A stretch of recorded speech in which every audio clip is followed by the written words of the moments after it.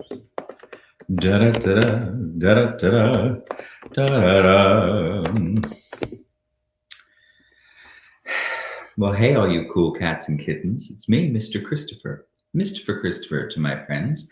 And here I am again today, joining you live in the middle of a coronavirus lockdown. That's right, ladies and gentlemen. Residents of Queensland have been asked to stay in their homes for the next 3 days. I actually really don't mind. I quite enjoy staying home and getting things done. And in fact, I feel like I'm busier here at home than I ever am when I'm allowed to go out. So, today's topic for the Mistopher Christopher show is Treasure Hunters Anonymous. I'm coming to you live from my office today, and it is a place that I recently finished decorating, designing, and having built, and it is full of bits and pieces, treasure that I found along the way. And that's the thing that I want to talk about. It's not actually that I have found treasure. What's really occurred, and what's so exciting, is treasure has found me. Now, some of you may be going, yeah, but you're an antique dealer and you must come across things all the time. Yes, that is true, but that's just convenient because that's treasure for me. Whatever treasure is for you might be something totally different. Like, you know, we all have friends that have an interest in technology and that's their treasure. Or people who are really into like cars and motorbikes, and that's treasure to them. So for me, treasure is all the things you see around me in this office on the shelves behind me. It is bits of glass and bits of porcelain like a bowerbird. Do you know bowerbirds? There's a fabulous documentary on Netflix right now that I can recommend called Dancing with the Birds. Instead of Dancing with the Stars, Dancing with the Birds. Good morning, Nancy Crimp, and hello, Eri Totsuka. Lovely to have you guys out there watching today. So, two of the birds that they feature in the Dancing with the Birds documentary, beautifully narrated by Mr. Stephen Fry of the United Kingdom, are bowerbirds. And bowerbirds, what they do is they fly around and find lovely little bits and pieces that they want to make and adorn their nest, and they use it to build these beautiful places to attract a mate. So I'm a bit like that. I'm a bit of a bowerbird. I love hunting and finding treasure. But what I've cultivated as a skill, a talent, and a gift is the capacity to have treasure find me. So you're thinking, yeah, right, whatever. No, it truly can happen. It's a lot easier and it's a lot more fun when you allow it to come into your life. And there's a few things that you have to be willing to be and cultivate in order to have that as your reality. There's always like every now and then a little story that comes on the news that we listen to and we go, wow, if only that was me. You know, like the person who goes into the thrift shop or op shop, as they call them here in Australia, and they find a painting that they think looks cool, and it turns out to be like a masterpiece that then they sell for $500,000. And we go, wow, what a lucky find. Or, you know, all of those sorts of little stories that we heard. There was one story about a man who went to a flea market in America, and he bought a clock for the scrap metal value. It was gold and it was heavy. So he actually paid a fair bit for it. He paid, I think, $12,000 for this clock. But what he discovered was it was a lost Fabergé imperial egg clock that was a gift from the Russian Tsar to his bride for Easter. So he sold the clock for 35 million pounds. Not a bad investment. So, are those people just lucky that have these things fall into their lap that they find by accident? Or is there something else going on for those people that's allowing them to have treasure fall into their lives? I've had a few experiences like that I'd love to tell you guys about. So the first one was, I told this earlier on another live that I was doing for some Portuguese speakers, but there was an auction in Brisbane in the neighborhood of Tenerife, and this man had collected a lot of antiques and decided he was bored of them and wanted to sell everything, and he had an auction in his house to sell all this stuff. And he wanted really high prices for everything. And I went to the auction anyway, and there was a painting that I really liked. And I said, well, you didn't sell this in the auction and you wanted $3,000 for it. I really like it, but I'm only willing to pay you $700 for it. And he said, no, that is such a rude offer. That's ridiculous. It's worth so much more. And that was the end of it. So I walked away. Fine. Now, 2 months later, there was the painting and all this man's other things in an auction room halfway across the country in Melbourne. And there was the painting. And I went to the auction and I bought the painting for $700, exactly what I'd offered him. So what I'd like to suggest to you all as a possibility is that treasure, every piece of treasure out there, has a consciousness of its own. Even science is telling us now that every molecule has its own consciousness. And the consciousness of the treasure actually picks you. Sometimes it's listening to you go, I would like this. Can I please have this? And it finds its way into your life, like the painting did for me. Then there was another one. There was a ring. So there was a customer that used to come into our antique shop, the Antique Guild. And I really liked this amethyst ring he wore. Just the design of it was really beautiful. It was so simple and elegant. And the color of the stones were so rich and beautiful. And I saw it and it went, that, I want that. That's beautiful. Give it to me. And I said to him, would you ever consider selling this? And he said, no, I'm quite partial to it. I bought it many years ago in Rome and I've always loved it. And I went, okay, fine. And then one day I heard that he died, this customer. He was quite an older gentleman and he died. And I went, oh, that's so sad. And I didn't really actually think about the ring at all. And then again, I was in Sydney, Australia, and again, halfway across the country, and looking at an antique auction, and there was the ring. It was unmistakable that it was his. And again, I bought the ring. So I put my energy on this thing, and even though it looked like both items were lost to me, they found their way into my life. This is what occurs when you are clear with the universe of what it is that you would like to have in your life and as your reality. And then the pieces find you. I have another story even. I got tons of stories. So, get your hot chocolate, get a little blankie around you and tuck in for story time.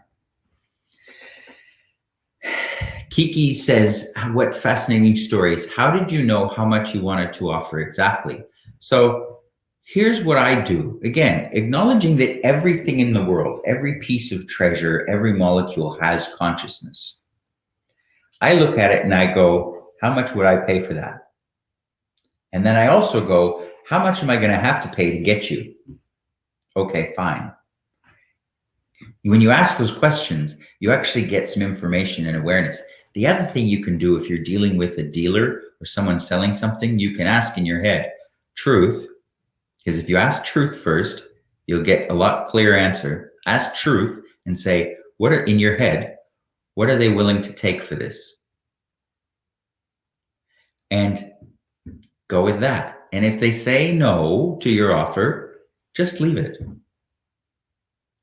Being willing to walk away and lose something quite often is what makes it actually available for you to have it.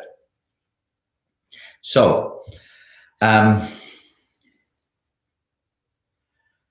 Kaz says, you're making me wonder about a really awesome job I thought I had months ago, but they weren't ready yet. Maybe it will find its way back. Totally, Kaz. Do you know what? Years and years ago, I was walking through the Tattersall's Arcade, which is this beautiful old Art Deco shopping arcade full of really fancy shops in the Brisbane CBD downtown area. And there was a vacancy, and I went, oh, I love that. I would love to put our antique shop there. And when I went to inquire, they said, oh, I'm really sorry. Someone's already taken it. There was a cafe and brownie shop going in. Who knew you could make a whole business around brownies? Great. So I let it go and went, that's fine. Now, fast forward 6 years later, a few weeks ago, I was wandering through that same arcade going to have a coffee, and that same shop was vacant again. So I called the real estate agent whose number was on the advertisement, and he said, oh, the club that owns the arcade would love to have you as a tenant in this building. Would you be able to put together a proposal?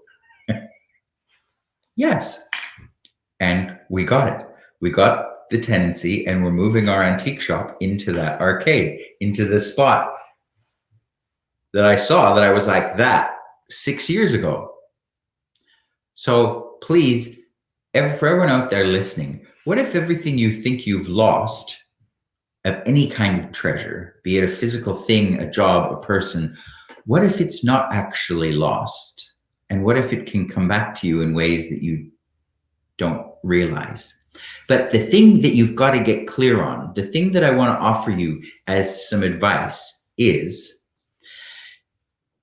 please give yourself a moment to go shopping and energetically figure out what things, if money wasn't an issue, if it wasn't about the cost of things, what are the things that really excite you? Like the styles, the colors, the eras, is it gold and diamonds, or is it something else?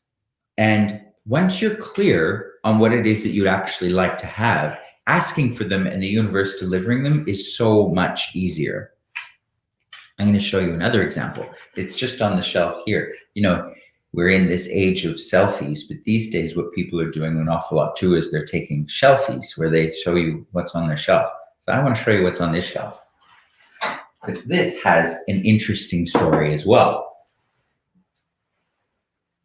I just love being surrounded by all my treasure. It's like, it gives me so much inspiration as I'm sitting and working, and also shows me just examples of the beauty that exists in the world. So we were out shopping, my husband and I, and we found this little cream jug. Now, this is a cream jug made by the Wedgwood factory of the UK out of a material called basalt that makes it almost look like a volcanic mineral. It's porous. And we found this and we thought, isn't that wonderful? We just loved the design. And we did some research into it and found out that it was actually designed by a New Zealand architect. And in the 1930s, there wasn't much work for him in New Zealand. So he left New Zealand and he moved to England, where he worked for Wedgwood and started making really amazing porcelain, and actually revitalized the Wedgwood company by introducing this Art Deco design. And then he went on and did glass, and then he went on and did silver. So he didn't really do buildings, but he became very famous and one of the forefront designers of the Art Deco movement in the UK. So we found this jug and we went, isn't that amazing? I love it. Wouldn't it be wonderful, we said, to have a whole coffee set in this pattern? So we started with this. We found it and we loved it, and we asked the question, what would it take to have more? Well, along comes a friend of ours in Sydney, Australia, and he has the sugar pot. And we said, isn't that wonderful? And he knew we liked it, so he gave it to us as a wedding gift. Isn't that sweet? So suddenly we had the cream and the sugar. Then what happens? Then I'm talking about it on a call to some friends, and they did some searching because one of them happened to live in New Zealand, and they find the coffee pot that goes with it. So by magic, we ended up assembling the entire coffee set of these pieces finding us simply by asking the question and going, wow, what would it take for that to show up and to have more of that? Now, my office is littered with examples of that, of things that I saw and went, ooh, I want some more of that in my life. It wasn't just going out shopping and going, yes, I'll buy that, and yes, I'll buy that, and yes, I'll buy that. It was being willing to go, these are the energies and these are the things and these are the pieces that I would like to be a part of my life and to contribute to me, and allowing them to show up however they did. And this is what I would like to share with all of you and invite you all to.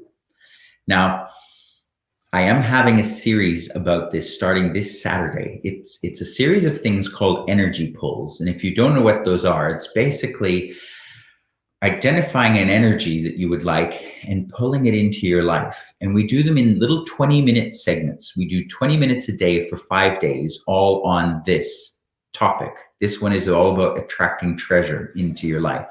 And I'm going to put the registration link for you guys here, just on the screen. It's really easy, mrchristopherhughes.com/magnet. And if you want to come along, it's in a number of languages, 20 minutes a day for 5 days, and then you get the recording and you can play it for yourself over and over and over again. And the clearings and conversations we have just go deeper and deeper and deeper. So I'm very excited about this. Be willing to, these are energy pieces and things I'd like to be part of my life and contribute to me. Allow them to show up however they like. Yes. See, this is the thing, as I said, Kiki, is, if I may call you Kiki, the molecules of each of these pieces of treasure have consciousness. If you acknowledge that and talk to them and say, hey guys, do you want to come play in my life? It's a whole lot easier for them. And it's much more likely for them to go, oh yeah, okay, I'd love to come and play in your life. So that's what it's been for me, and continues to. There's been a massive problem though for me in my life. The biggest problem that I have is that everything that I ever went and looked in museums at or in books that I went, ooh, I want to have that. I want to have some of that. I basically have received and achieved all of it. And so now the solution to this big problem in my life is I have to ask bigger. Sorry, I'm multitasking here. I want to put the, here we go. I'd like to send you the registration link for this class just in the chat. So if any of you are keen and excited to come along, you're welcome. You know, who wants to come and play? Who would like more treasure in their life? No? Hang on a second. Trying to get you the, I'll put it in here afterwards because I cannot find it. Not for the life of me. I'm cute, but I'm dumb. So what is treasure for you guys? I'd love to hear from you guys of what you treasure, you know? What is it that if it did show up in your life would actually light you up and give you joy? Is it a person? Is it a job? Is it an actual thing? Is it a possibility? What is it? What is the treasure that you would actually like to have that we could pull into your life? And it actually could be a whole lot easier than you think. Preeti says for her son, it was pots of gold, and for her, it was people. Cool. I mean, have you ever been in a position like say you have a business and you're aware of a person that could fill a role in your business that would actually be a huge contribution? Like, say you want someone who is a gun with sales or online sales, and you look around at all the people that you know that could fill that position and none of them quite work. And then, so what you do is you go, okay, this is the person I'm looking for. This, or not the exact specifics. It's more about the energy of them, and go, okay, I'd love to find someone for my business that is great at sales, loves talking to people, and loves money. And all you then need to do is ask for that and allow the universe to deliver it. And to make it a little easier, just reach out with your awareness and ask to connect to all the molecules of consciousness that have that available and pull them in. See, I had a little resistance to this energy pull idea. I was like, really, this hokey energy pull thing, this just seems like so silly and dumb. And I got over myself and I went, okay, fine, I'll do it. And in doing it, so much change and so much possibility started showing up, not only in my life, but in all the people who were attending the ones that I've done in the past. So they keep growing and they keep being more fun and delivering more magic into people's lives. So I'm very excited to do another one. So if you're out there and you'd like more treasure to find you, please feel free to join us. Bye, everybody.